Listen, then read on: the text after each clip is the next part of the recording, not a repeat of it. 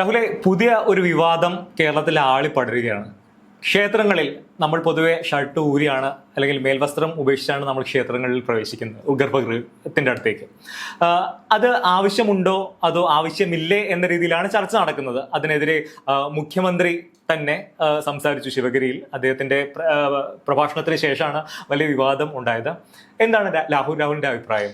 എൻ്റെ അഭിപ്രായത്തിൽ ക്ഷേത്രത്തിൽ ഓരോ ക്ഷേത്രങ്ങൾക്കും ഓരോ ആചാരങ്ങളാണുള്ളത്. അപ്പം ചില ക്ഷേത്രങ്ങൾ നമുക്ക് ഷർട്ട് ഇട്ട് കയറാം, ചില ക്ഷേത്രങ്ങളിൽ ഷർട്ട് ഊരി വേണം നമ്മൾ കയറാൻ. അത് ഓരോ ക്ഷേത്രത്തിൻ്റെയും ആചാരത്തിൻ്റെ ഭാഗമല്ലേ.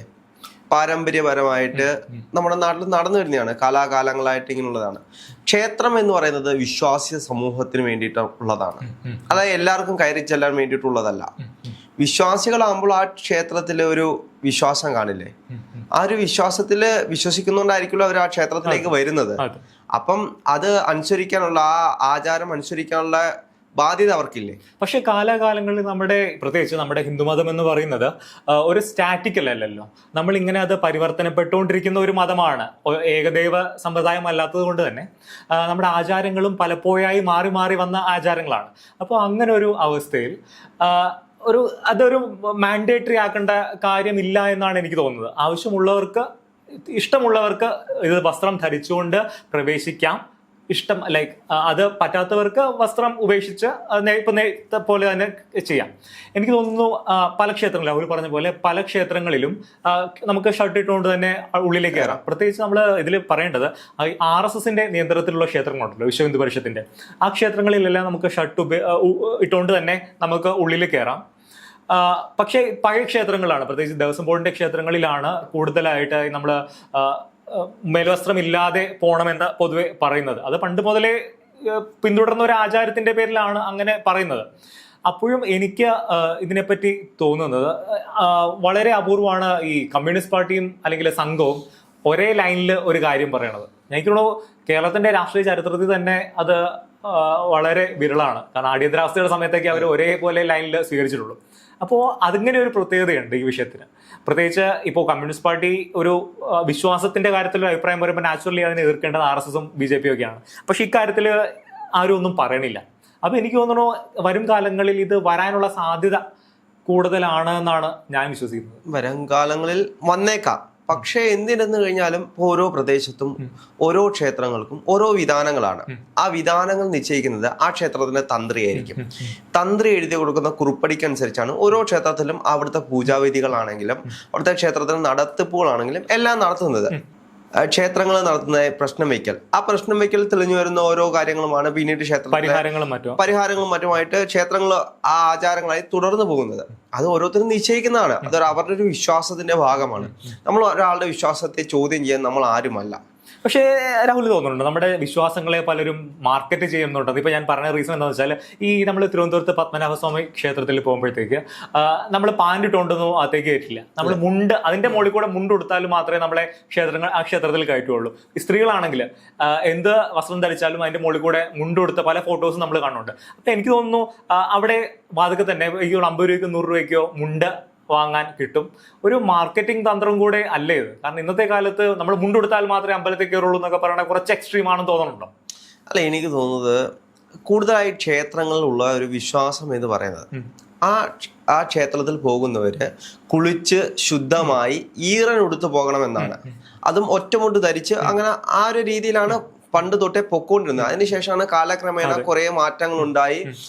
മുണ്ടുകൾ ഒറ്റമുണ്ട് മാറി ഡബിൾ മുണ്ടായി. അപ്പം ചില ക്ഷേത്രങ്ങളിൽ കോറത്തുണി ഉപയോഗിക്കുന്നവർക്ക് മാത്രമേ കയറാൻ കഴിയൂ. പക്ഷെ അതൊക്കെ മാറി, കാലക്രമേണ മാറ്റങ്ങൾ ഉണ്ടാവുന്നുണ്ട്. പക്ഷെ ആ ഒരു വിശ്വാസം കാലാകാലങ്ങളായി തുറന്നു വന്നുകൊണ്ടിരിക്കുന്നതാണ്. അപ്പൊ നമുക്ക് ചില മാറ്റങ്ങൾ ഉണ്ടാകും. പക്ഷെ ഈ ഒരു കേസിലേക്ക് വരുമ്പോൾ ഇവിടെ ഒരു പരിധി വരെ ഇതൊരു ബിസിനസ് ആയിട്ട് കൊണ്ട് നടക്കുന്നവരുണ്ട്. കാരണം തിരുവനന്തപുരത്തെ സംബന്ധിച്ച് നമുക്കറിയാം, അവിടെ ചെല്ലുമ്പോൾ 100 രൂപ എടുത്ത് എന്തായാലും മുണ്ട് വാങ്ങിച്ചേ പറ്റത്തുള്ളൂ. അപ്പം ഇവരും കമ്മിറ്റിക്കാരും തമ്മിലൊരു അണ്ടർസ്റ്റാൻഡിംഗ് ഉണ്ടാവും. അപ്പൊ അതുകൊണ്ടാണ് ഇവര് അത്രത്തോളം വഴക്കുണ്ടാക്കി ആളുകളെ ഇറക്കി വിടുന്നത്. ഒരു ക്ഷേത്രത്തിൽ തൊഴുവാൻ വേണ്ടി നമ്മൾ ചെല്ലുമ്പോൾ നമ്മളെ ഇറക്കി വിടുന്നത് നമുക്കൊരു മാനസികമായിട്ട് വിഷമമാണ്. നമ്മൾ എന്തൊരു 100 രൂപയില്ലേ പോട്ട് ഒരു മുണ്ട് വാങ്ങിച്ചേക്കാം എന്നേരം നമ്മളൊരു മുണ്ട് എടുത്ത് കയറും. അപ്പം ഇതറിയാതെ വരുന്ന ഒരുപാട് പേരുണ്ടാവും. അപ്പം പുതിയതായിട്ടൊരു ക്ഷേത്രത്തിലേക്ക് കയറി ചെല്ലുന്നവർക്ക് അറിയത്തില്ല അവിടെ മുണ്ടെടുത്ത് പോകാൻ കഴിയുമോ, അല്ലെങ്കിൽ ഷർട്ട് മാത്രം. അപ്പൊ അവിടെ ചെല്ലുമ്പോൾ മുണ്ടെടുത്തേ കയറാൻ പറ്റൂ എന്ന് പറയുമ്പോൾ അവർക്ക് പിന്നെ വേറെ ചോയ്സ് ഇല്ല. അപ്പൊ അവർ നോക്കുമ്പോൾ അടുത്ത കടകൾ. പക്ഷെ ഈ കടകളുമായിട്ട് ഇവർക്കൊരു അഡ്ജസ്റ്റ്മെന്റ് കാണും. ഇവർക്കൊരു സാമ്പത്തിക വരുമാനം ഈ കടകൾ വഴി ഉണ്ടാവും. അത് ഒരു ബിസിനസ് കൂടെയാണ്. ശരിയാണ്. അപ്പോൾ എൻ്റെ ഒരു അഭിപ്രായത്തില് സഭ്യമായ വസ്ത്രം എന്ത് ധരിച്ചാലും അമ്പലത്തിൽ കയറ്റണം എന്നാണ് എനിക്ക് തോന്നുന്നത്. കാരണം ഇപ്പോ പലരും ഇതിനകത്ത് അഭിപ്രായം പറയണ, പല വിപ്ലവ പാർട്ടിയുടെ ആൾക്കാരൊക്കെ പറയണത് ഇഷ്ടമുള്ള വസ്ത്രം ധരിച്ചാൽ ഉള്ളിൽ കയറാനുള്ള അനുവാദം. അത് പറ്റില്ലല്ലോ. എല്ലാ മതത്തിലും അതിന്റെ, ഇപ്പോൾ നമ്മളൊരു പള്ളിയിൽ പോയാലും അതിൻ്റെതായ വസ്ത്രവിധാനങ്ങളും എല്ലാ കാര്യങ്ങളും ഉണ്ട്.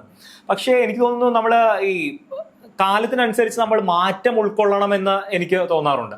കാരണം ഇപ്പോൾ പഴയ ക്ഷേത്രങ്ങളാണെങ്കിൽ ഇപ്പോൾ അങ്ങനെ നമ്മൾ ഒരു ടോപ്ലെസ് ആയിട്ട് ഒരു പുരുഷൻ പോകുമ്പോൾ ഉണ്ടാകുന്ന ഇന്നത്തെ കാലത്ത് ചിലപ്പോൾ പലർക്കും ഇപ്പം ഒരു കാര്യം എന്താ വെച്ചാൽ ആർ എസ് എസ് പണ്ട് നിക്കർ ഇട്ടുകൊണ്ടാണ് ശാഖ ചെയ്തുകൊണ്ടിരുന്നത്. ഇപ്പൊ പാൻറ്റായി, ഒരു ഫോമൽ ഒഫീഷ്യൽ യൂണിഫോം ആയി. ഇത് കളിയാക്കൽ കൂടിയാന്ന് തോന്നുന്നു. ഒരു പക്ഷെ അതായിരിക്കണം. കാരണം ഒരുപാട് കാലം കൊണ്ടാണ് അവരെ പുതിയ ഇത് യൂണിഫോം ഡിസൈൻ ചെയ്തത്.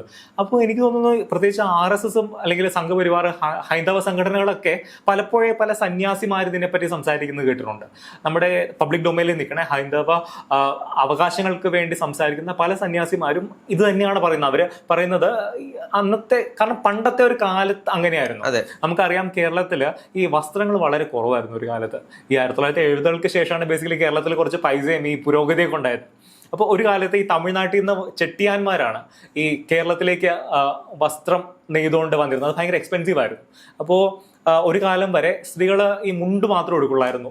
അപ്പർ ബോഡി ഒന്നും സ്ത്രീകൾ പോലും കവർ ചെയ്യില്ലായിരുന്നു. ഏത് സ്ത്രീകളും, ഏത് സവർണരാണെങ്കിലും അവർണരാണെങ്കിലും, കാരണം പണമില്ലായിരുന്നു ഇവിടെ വസ്ത്രം മേടിക്കാനായിട്ട്. അപ്പോൾ അന്നത്തെ കാലത്ത് എന്നൊക്കെ വെച്ചാൽ പുരുഷന്മാരാണെങ്കിലും ഒരു വസ്ത്രം ധരിച്ച് ഒരു മുണ്ട് മാത്രം ഇട്ടായിരിക്കും അകത്തേക്ക് പോയത്. അപ്പൊ ഇന്ന് കാലം മാറി, പലതരത്തിലുള്ള വസ്ത്രങ്ങൾ വന്നു. അന്നത്തെ കാലത്ത് ഈ ഷർട്ടൊന്നും ഇല്ലായിരുന്നു. ഇപ്പോൾ ഷർട്ടൊക്കെ വളരെ പോപ്പുലറായി. ഷർട്ട് ഒരു സഭ്യമായ വസ്ത്രമാണത്.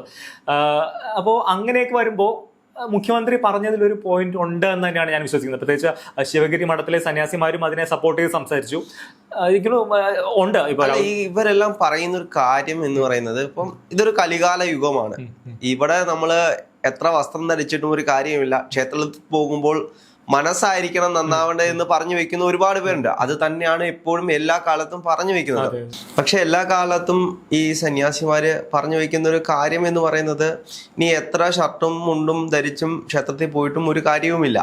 മനസ്സ് നന്നാകണം. മനസ്സ് നന്നായെങ്കിൽ മാത്രമേ ഇവിടെ എല്ലാം പോകുന്നതുകൊണ്ട് എന്തെങ്കിലും പ്രയോജനമുള്ളൂ.